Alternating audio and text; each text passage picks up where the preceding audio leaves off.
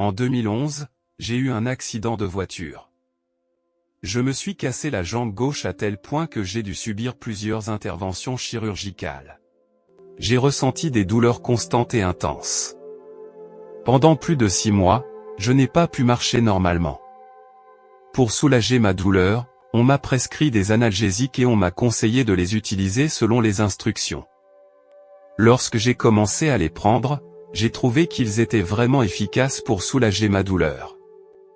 Mais avec le temps, j'ai commencé à devenir dépendante des analgésiques. J'ai découvert que si je ne prenais pas mes analgésiques régulièrement, ma douleur redevenait insupportable. C'était un véritable supplice pour moi. Pendant un certain temps, j'ai essayé d'arrêter de prendre les médicaments dans l'espoir de ne plus être dépendante des analgésiques. Mais j'ai vite constaté que c'était difficile.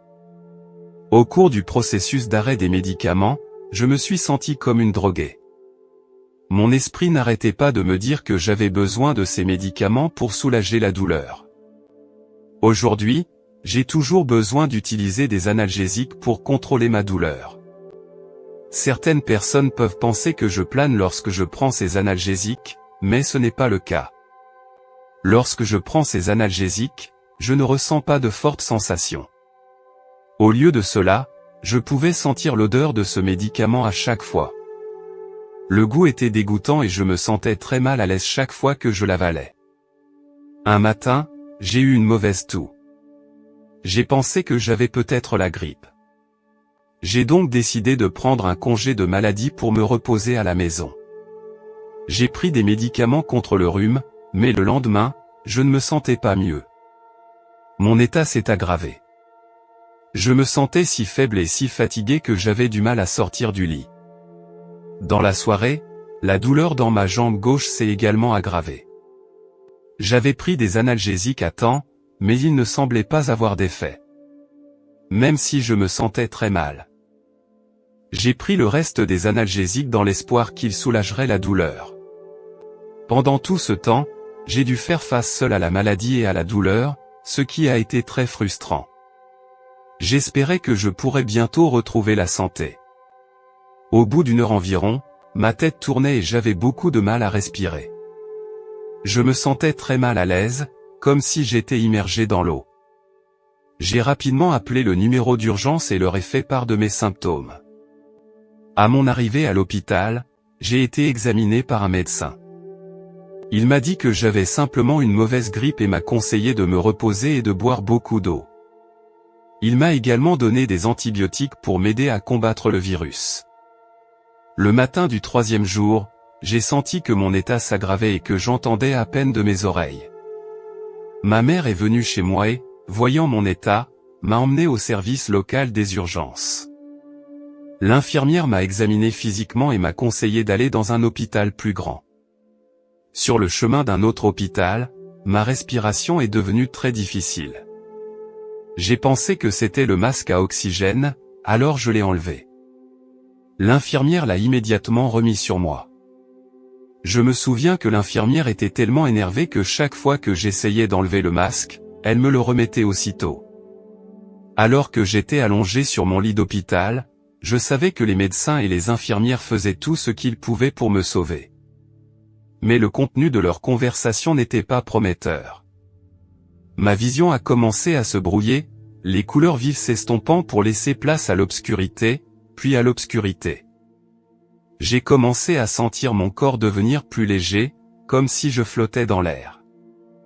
J'ai pris conscience que je quittais mon corps et c'était une sensation merveilleuse. Je me suis soudain senti beaucoup mieux. Ma respiration est devenue plus facile et j'ai pu entendre les sons autour de moi. Malheureusement, cette paix n'a pas duré longtemps. J'ai entendu un son. Comme le bruit blanc de la télévision. Mais il était plus dur et plus confus. Il était de plus en plus fort et j'avais l'impression de tomber dans une mer de bruit. Je voulais revenir dans le monde réel.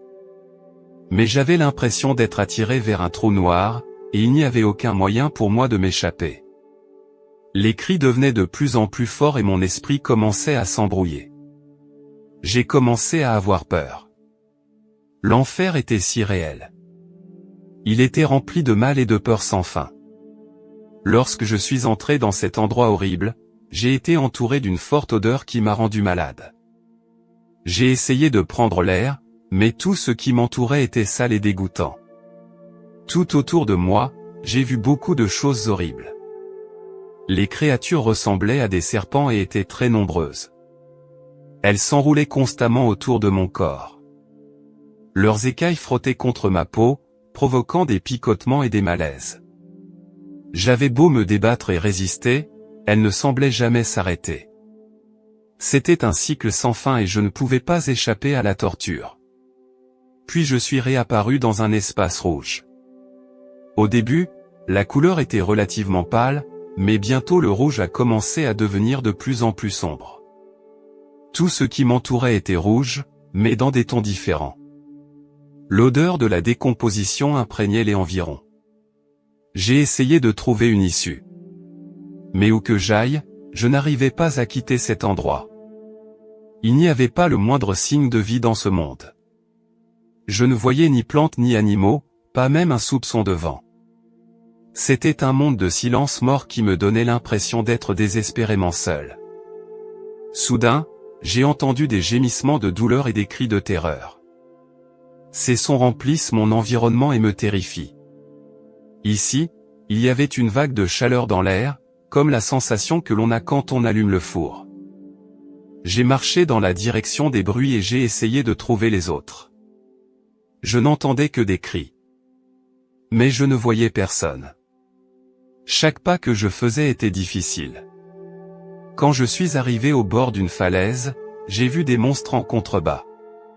J'avais l'impression que ces horribles monstres m'attendaient. Leurs visages étaient tordus et leurs dents acérées étaient exposées. J'ai essayé de contourner les bêtes, mais chacun de mes mouvements les alertait. J'avais l'impression qu'ils pouvaient sentir ma peur. Quand je bougeais, leurs yeux me suivaient. J'avais l'impression qu'ils dévoraient mon âme. Le son de ces monstres est également terrifiant. Il émettait des grognements rauques, comme s'ils attendaient que je tombe. Alors que je me sentais désespéré, une lumière brillante est apparue au-dessus de ma tête. Elle brillait d'une lumière éblouissante. J'ai levé les yeux et j'ai vu un énorme ange avec ses grandes ailes battantes. J'ai su que j'étais sauvé. L'ange m'a tendu la main, prêt à me conduire hors d'ici. J'ai suivi ses conseils et j'ai ressenti un immense sentiment de paix et d'assurance. Finalement, nous sommes arrivés dans un endroit magnifique. L'air sentait les fleurs et je savais que j'étais sauvé.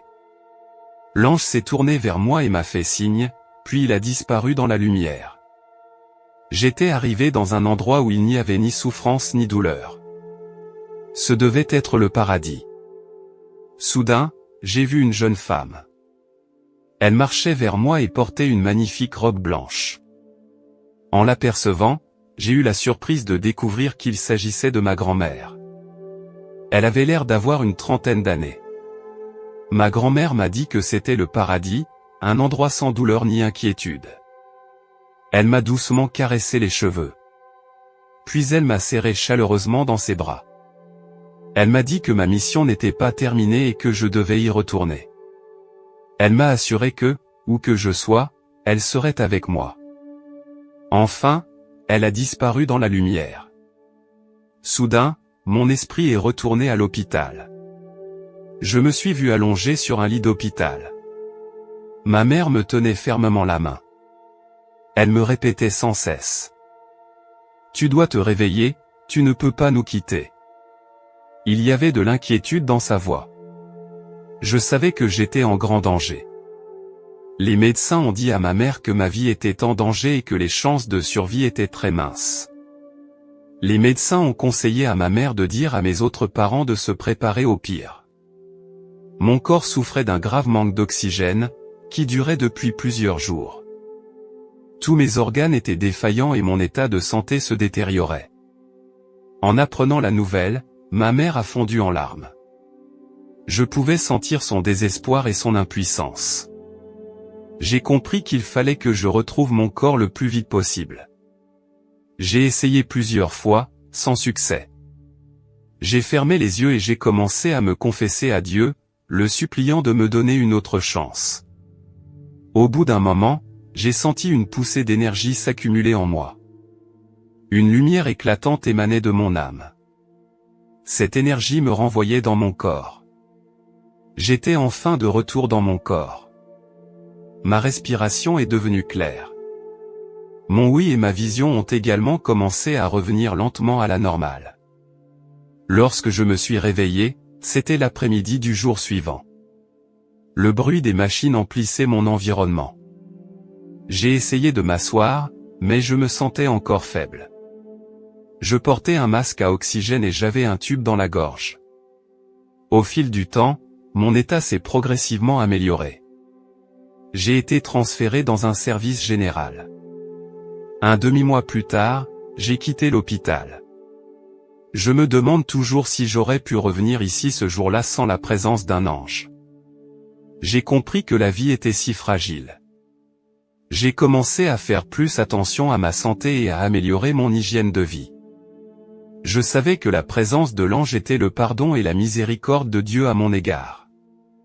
Au cours de la première semaine qui a suivi ma sortie de l'hôpital, j'ai encore ressenti des douleurs à la jambe gauche. Mais j'ai commencé à essayer de me retenir d'utiliser des analgésiques. Cependant, ces tentatives se sont rapidement soldées par des échecs. Je suis devenu de plus en plus anxieux et agité. Je n'arrivais plus à me concentrer et je commençais même à craindre que mon état ne s'aggrave. C'est à cette époque que j'ai rencontré celle qui est aujourd'hui mon épouse. Elle souffrait d'une grave dépendance à l'alcool, mais elle a finalement réussi à ne plus être dépendante de l'alcool. Elle m'a dit que je devais trouver ma force intérieure pour vraiment me débarrasser de ma dépendance aux analgésiques. Après avoir longuement discuté et réfléchi avec elle, j'ai peu à peu compris ce que cela signifiait. J'ai commencé à apprendre à accepter ma douleur et mon inconfort au lieu de me fier aveuglément aux sensations que procurent les analgésiques. J'ai commencé à apprendre à utiliser d'autres méthodes pour soulager la douleur, comme la méditation et le yoga. Après 3 mois de travail acharné, j'ai progressivement surmonté ma dépendance aux analgésiques. Mon corps a commencé à s'adapter à la douleur et je suis devenue plus forte et plus confiante.